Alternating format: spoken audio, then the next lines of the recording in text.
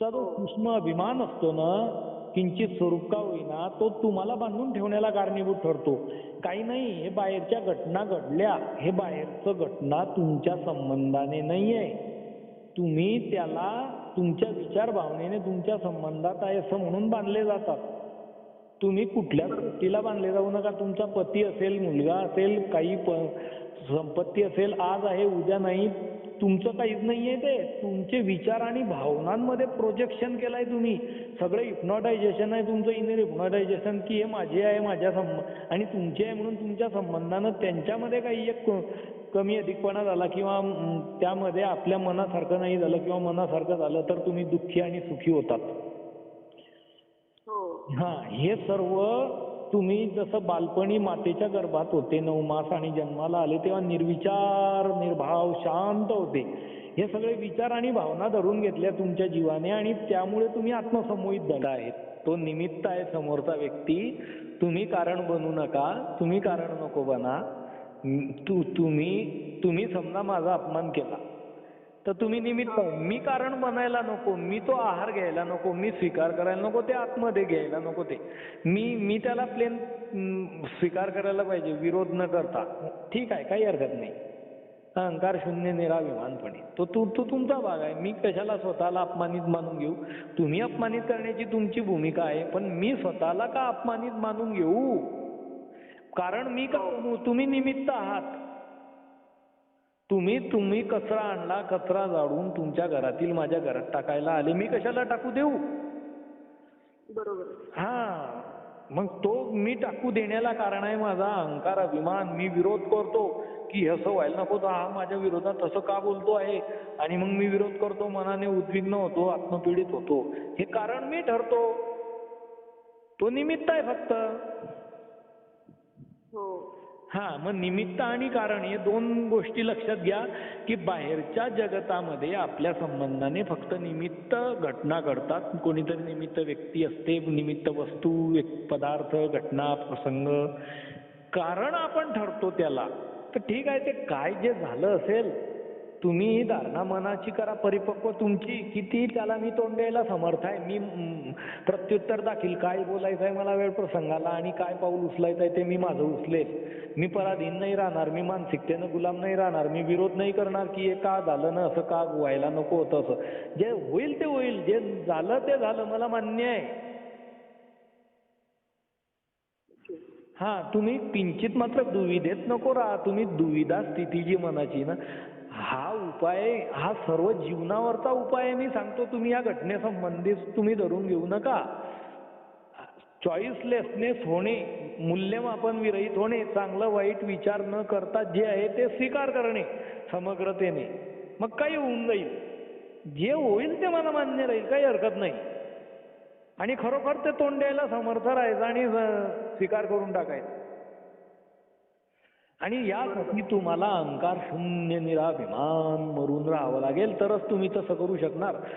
जोवर तुमचा सूक्ष्म अहंकार अभिमान आहे तोवर तुम्ही विरोध करणारच की असं व्हायला नको होतं, मग मी असं केलं ना, तर मी चुकीचं केलं का, मग त्याचे वाईट परिणाम झाले तर मग काय होईल बरं, मग त्यांनी असं केलं असेल तर मग काय होईल, हे भय मनामध्ये दुखदुखी लागते. हे या कारण आहे, हे अहंकार अभिमान. तुम्ही मरून राहा आणि दीर्घंभीर राहा, मग तोंड द्यायला मला मान्य, काय जे होईल ते होईल, असं आहे.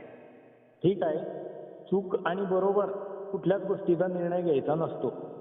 चॉईसलेसनेस व्हायचं, चॉईसलेसनेस जीवन जगायचं, मूल्यमापन वेळी. मी चुकलो हा भाव मनामध्ये आणला म्हणजे तुमची आत्मग्लानी निर्माण होते. तुम्ही खरोखर जरी चुकलेले असले तर तुम्ही मनामध्ये आणू नका की मी चुकलो,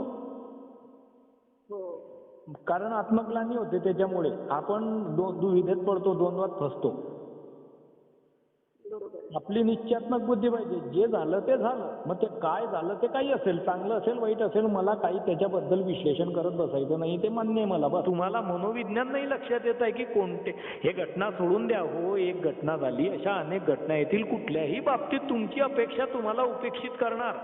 उद्विग्नता, चिंता, तणाव, भय, उद्वेग, आणि तुम्ही जितके त्या अपेक्षेत आसक्तीमोहात पडणार आणि जितकी तुम्ही बांधिलकी ठेवणार तितकं जास्त ते उद्वेग, चिंता, तणाव, भय राहील तुमचं. आणि जितकं तुम्ही अहंकार शून्य निराभिमान अनासक्त निर्मोही मरून राहणार. काहीच नको मला या जगातलं बाहेरचं, काहीच नको. मी एकटा आलोय जन्माला, एकटा जगेल, एकटा मरेल, जसं असेल तसं भागवेल माझं जीवन, काहीच नको मला या जगातलं. असाच व्यक्ती या जगामध्ये आत्मशांत राहू शकतो. मनात वसलेल्या सर्व कामनांचा त्याग करून जो आत्म्यानेच आत्म्याच्या ठिकाणी संतुष्ट राहतो, तोच स्थित प्रज्ञ म्हटला जातो. त्याची बुद्धी स्थिर राहते. तुमच्या मनात किंचित सुद्धा काही कामना असली ती की कामना तुमच्या सगळ्या बुद्धीला भ्रष्ट करते. तुमच्या मनामध्ये मोह निर्माण होतो, बांधिलकी निर्माण होते, आत्मा तिकडे फिरतो, ते चित्त तिकडे आकर्षित होतं. तर हे कामनेमुळे आहे सगळं, इच्छेमुळे आहे. इच्छा सगळ्या दुःखाचं मूळ कारण आहे. तुम्ही इच्छेवरती लगाम घाला, इच्छा सोडून द्या, तुम्ही निरीच्छ व्हा. छाडे आसा रहे निरासा, छाडे आसा रहे निरासा. सर्व आशा सोडून द्या आणि निरास राहा. आणि मग तुम्ही स्वाधीन, प्रेमपूर्ण, खुशमग्न राहा. तुमचे ध्यान पूर्ण अवस्थेत स्वाधीन. की मला पराधीन मानमान्यता नको, पराधीन सुख नको, मला पराधीन संपत्तीच्या सुखभोगाचं असं आकर्षण नको, मला पराधीन पती मुलाचं ममता का पतीचं प्रेम सुख काहीच नको मला.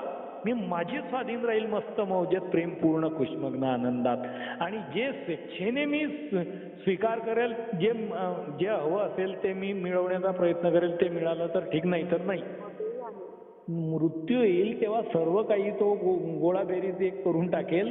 तर काय नशिबात राहिलं तुमच्या इथे? मग मध्यंतरीच्या काळ थोडंसं जे काही मिळणार आहे ते कशाला अपेक्षा बाळगताय त्याची? की नशिबात नसेल म्हणून झालं असं का म्हणतात? सोडून द्या. हे सर्व विचार भावनांची तुमची आत्मसंमोहनाची वृत्ती असते. तुम्हीच तुमचे विचार भाव निर्माण केलेले असतात. हे सर्व तुम्ही कारण ठरतात. दुसरा घटना प्रसंग निमित्त असतो, व्यक्ती निमित्त असतो. तुम्ही कारणीभूत ठरू नका. तुम्ही त्याला निमित्ताला दोष देऊ नका आणि तुम्ही कारणीभूत ठरू नका. बरोबर. हा, मला जिथे तिथे जीवन जगायचं आहे, मस्त मौजेत, आनंदात, प्रेमपूर्ण, खुशमग्न होत. डोळे मिटले, श्वास घेतला, दोन्ही घृटीत चित्त स्वस्थ केलं, ओठावर अर्श, चेहरा प्रसन्न, मन प्रेमपूर्ण, खुशमग्न, परमेश्वराचं नामस्मरण करत राहिले आपले मस्त मौजेत आनंदात. आनंद ही आपल्या जीवन जगण्याची कसोटी असली पाहिजे की आपण जिथे तिथे जसे आहे तसे जे आहे त्याची 100% मनाने स्वीकृती करून जर अतिशय आवडीने प्रेमपूर्वक होत जीवन जगत असलो तर आपण जीवनाची परीक्षा पास होत आहोत. आणि आपण जिथे तिथे तिथं आपण जर विरोध केला की इथे नको होतो तिथे पाहिजे होतो आणि जसं आहे तसं स्वीकार नाही केलं, असं नाही पाहिजे होतं तसं पाहिजे होतं आणि जीवनात जे आहे त्याची स्वीकृती न करता जे नाही आहे त्याचीच मागणी आणि ते नाही आहे म्हणून त्याची विरोध भाव धरला आणि आवडीनं आणि प्रेम नाही ठेवलं तुम्ही वर्तमान प्रवाहात जीवनामध्ये आणि अनावडी आणि उद्वेग आणि तुम्ही जर विरोध करत राहिले, द्वेष केला जीवनाचा, तर जीवन तुम्हाला तेच देणार आहे. हे जग एक प्रतिध्वनी आहे. तुम्ही या जगाला शिवी द्याल, तुम्हाला त्या शिव्या परत भेटतील. तुम्ही दगडपत्र माराल, ते दगडपत्र तुमच्याकडे परत येतील. तुम्ही जे पेरलं असेल ते तुम्हाला परत मिळेल. एक दाणा पेरला असेल, हजारो दाणे मिळतील. इको पॉईंटवर तुम्ही गेल्यानंतर आवाज ध्वनी दिला तर तो अनेक पटीने गुंजाराव करत तुमच्याकडे परत येतो. तुम्ही जे विचार भाव बाळगणार आणि जसं कर्म करणार तसं तुम्हाला फेड परत मिळणार आहे तुमच्या कर्माची. म्हणून तुम्ही ऍक्सेप्ट करायला शिका. होय होय होय स्वीकार, मला मान्य आहे, काही हरकत नाही, ना हरकतचा दाखला द्यायचा आणि अतिशय आवडीने प्रेम पूर्ण खुशमग्न होत जीवन जगायचं. प्रेम पूर्ण तुम्ही प्रेम देताय, तुम्ही आवडी आणि प्रेम देताय जीवनाला, हे जीवन तुम्हाला अधिक आवडी आणि प्रेम देईल. मग तुम्ही फक्त एक वेळेला शिका, अभिनय करा, नाटक करत राहा, होशमध्ये राहा, अभिनय करा की मी फार आवडी आणि फार प्रेम पूर्ण भावदशेने उठते, बसते, चालते, जेवते, प्रत्येक क्रिया होशमध्ये, स्वस्थतेत, फार आवडीने, फार प्रेमपूर्वक ओठावर असे चेहरा प्रसन्न ठेवून नाटक करते. पहा तुम्हाला जीवन किती आनंदित बनवून टाकेल. थेंबे थेंबे तळ साचेल तुमचं. पण तुमची अपेक्षा असते की ते पोज मिळाली असती तर काहीतरी मान्यता आली असती, माझी इच्छा पूर्ण झाली असती. तुम्ही पराधीन राहता, तुम्ही स्वाधीन जीवन नाही जगू इच्छित. मग हे एक नाही झालं तुमचं, अशा अनेक गोष्टी आहे मग तुमच्या जीवनात तुम्ही की तुम्हाला पराधीनतेचं सुख हवं आहे, पराधीनतेचीच मान्यता हवी आहे. आणि त्यामुळे तुम्ही दुर्बल होतात. जो पराधीन व्यक्ती आहे तो दुर्बल असतो त्याचं मन, कारण तो पराधीन आहे. जो स्वाधीन आहे त्याचं मन सबळ असतं.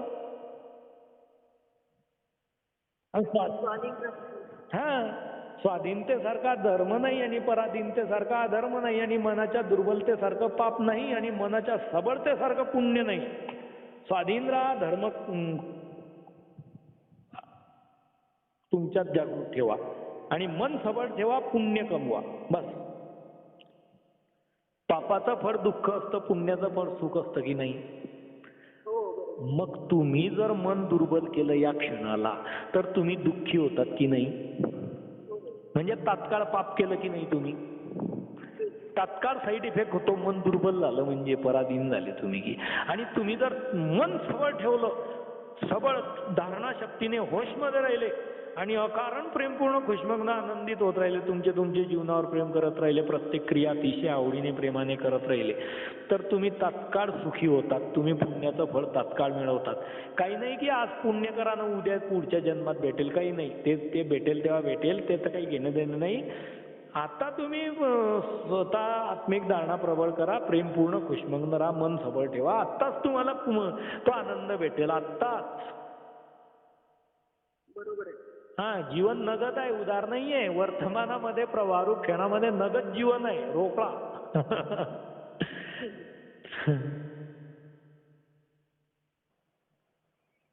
आणि बरं वाटलं तुमच्याशी बोलून. तसं मी ऐकते ऍक्च्युली. आता ऍक्च्युली काम खूप आहे कॉलेजमध्ये, तर त्याच्यामुळं वेळच मिळत नाही. हे काही मी जे तुम्हाला जीवन जगण्याविषयीची कला सांगतोय आणि हे जे सिद्धांत सांगतोय ना, हे या घटनेपुरते नाहीये, हे प्रत्येक घटनेविषयी आहे. मग परत तुम्ही मला विचारायलाच नको. तुम्ही विचारतायत म्हणजे परत याचा अर्थ तुम्ही ते ऍक्सेप्ट करत नाहीये. तुमचा अहंकार अभिमान विरोध करतोय, मागणी करतोय, अपेक्षा धरतोय, उपेक्षित होताय. तुम्ही फक्त ती तुमची आत्मिक धारणा प्रबळ करा. हे जे विचार आणि त्यामागचे भाव सतत त्याचं मनन चिंतन करा. काय आहे, विकल्प बाधने प्रतिपक्ष भावनम. जेव्हा आपल्याला विकल्प बाधतो ना तेव्हा त्याच्या प्रतिपक्षाची भावना करायची. म्हणजे तुम्हाला तिखट लागलं तर तुम्ही कसं गोड खाऊन घेतात, पाणी पिऊन घेतात की नाही, गोड खाऊन घेतात. तर तुम्हाला ऊन लागलं की तुम्ही कशी सावलीमध्ये येऊन जातात. तर मला जर अहंकार अभिमानामुळे आसक्ती मोह निर्माण झाला आणि विरोधामुळे उद्वेगाला अपेक्षामुळे उपेक्षा आली तर तुम्ही उलट वागा ना, उलट विचार करत राहा ना, उलट भावना ठेवा ना की मला अपेक्षाच नको रे कसलीच. मला आता सगळ्या गोष्टीचा कुठलाच विरोध करणं आणि मला स्वीकार करायचा आहे, मला अहंकार धरायचा आहे, मला अहंकार शून्य मरवून राहायचा आहे. हे विचार करा, तसेच भाव धरा, तसेच जगा ना. मग उलट करा ना. परत तेच करा. हा सोपा इलाज आहे की तुम्ही उलट विचार करायचे, उलट भाव धरायचे त्याच्या. मग लगेच शांत होतात तुम्ही, लगेच. तुम्हाला जर दुःखी व्हायचं आहे, अधिक उद्विग्न, चिंतित, तणावग्रस्त व्हायचे की तर तुम्ही अहंकार वाढवा, तुमच्या अपेक्षा वाढवा, विरोध करणं वाढवा प्रत्येक गोष्टीचा, घटनेचा, तुमच्या संबंधातल्या. मग जा नरकात तुम्हाला पाहिजे असेल तर. कोण काय करणार, तुमचंच चॉईस आहे ना. आणि तुम्हाला जर अधिकाधिक आत्मसुखी व्हायचं असेल तर तुमचा अहंकार काटत चाला. अहंकार शून्य व्हा, विनम्र राहा, मरून जगा, अपेक्षा सोडून द्या, निरपेक्ष राहा, विरोध सोडा, सर्व स्वीकार करा, समग्रतेनं जगा जीवनाला. टोटॅलिटी जसं आहे तसं सगळं मान्य मला. घरी काय असेल, पती, मुलगा, नोकरी किंवा कोणाच्या संबंधात काय घडलं, समग्रतेनं जीवन मान्य असेल मला. बस मी कठपुतली बनून जाते परमेश्वराच्या हातची. तो जसं नाचवेल तसं मी नाचते. बस मला फक्त नाचायचं आहे, मला आनंद लुटायचा आहे जगण्यातला. मला कशाची विचार, चिंता, उद्वेग, चिंता, तणावाच्या नरकात जायचं आहे. बरेच जीवन जगलं, मी आत्मप्रौढ झालो नाही, बालिश्वत जगत आलो. आता नाही जगायचं तसं. आता एवढं आयुष्य गेलं, वाया गेलं व्यर्थ, असंच जगत आलो. आता नाही जगणार तसं मी. बरोबर. हा.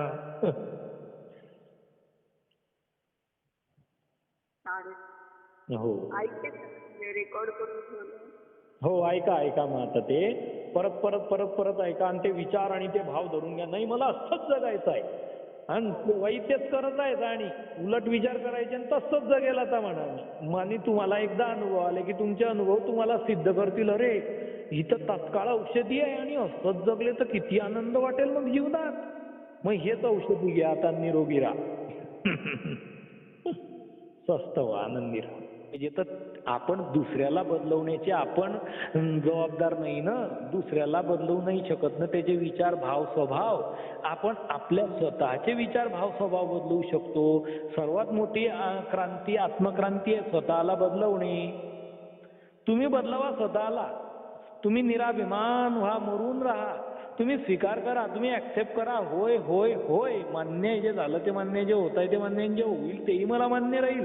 काहीही हरकत नाही ना, हरकतचा दाखला द्या, सोड चिठ्ठी घ्या, डिवोर्स पार कर, काही संबंध नाही. तुमच्या विचार भावनेचा कचरा आहे सगळा.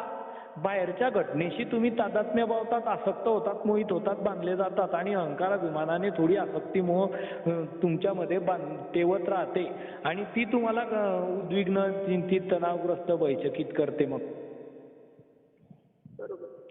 हा, तर ते तुम्ही तुमचे विचार भाव सोडून द्या.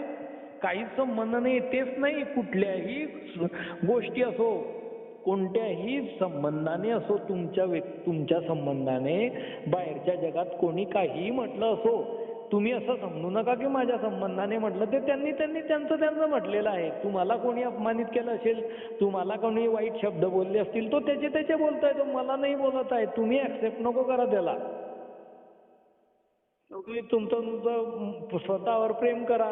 फार तुम्ही जे काम करताय ते अतिशय आवडीने करा, खुशमग्न होशमध्ये राहून, की नाही मला होशमध्ये राहायचं आहे, सतर्क राहायचं आहे आणि पूर्ण चेतना जागृत ठेवायची आहे. माझी चेतना असली विजलेली राहायला नको आहे. क्षण क्षण होशमध्ये राहते आणि आवडी आणि प्रेमाने करते काम कुठलंही. मस्त भांडे धुताय, स्वयंपाक करताय, कपडे धुताय, फार आवडीने, फार प्रेमाने करा. हा आनंद घ्या, त्या क्रियेचा आनंद घ्या. हा, जगण्यातला वर्तमान प्रवारू क्षणामध्ये आनंद घ्या.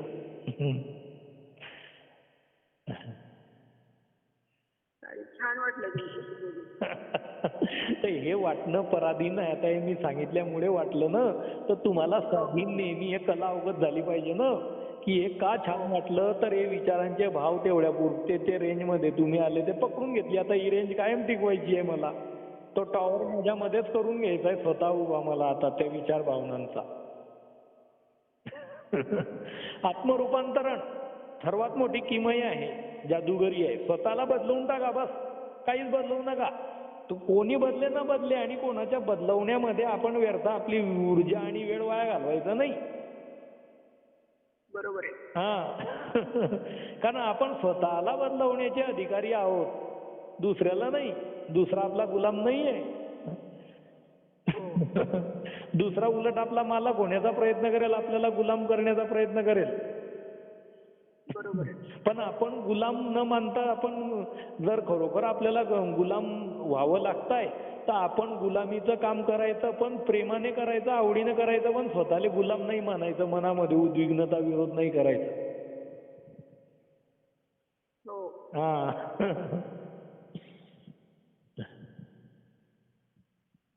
चालेल. होय. ठेवते का दादा? हो हो.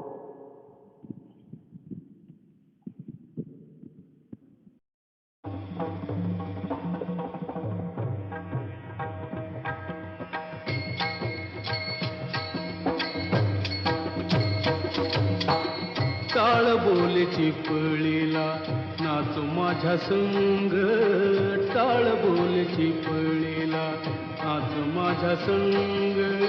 देवाजीच्या दारी आग रंगला भंग, देवाजीच्या दारी आग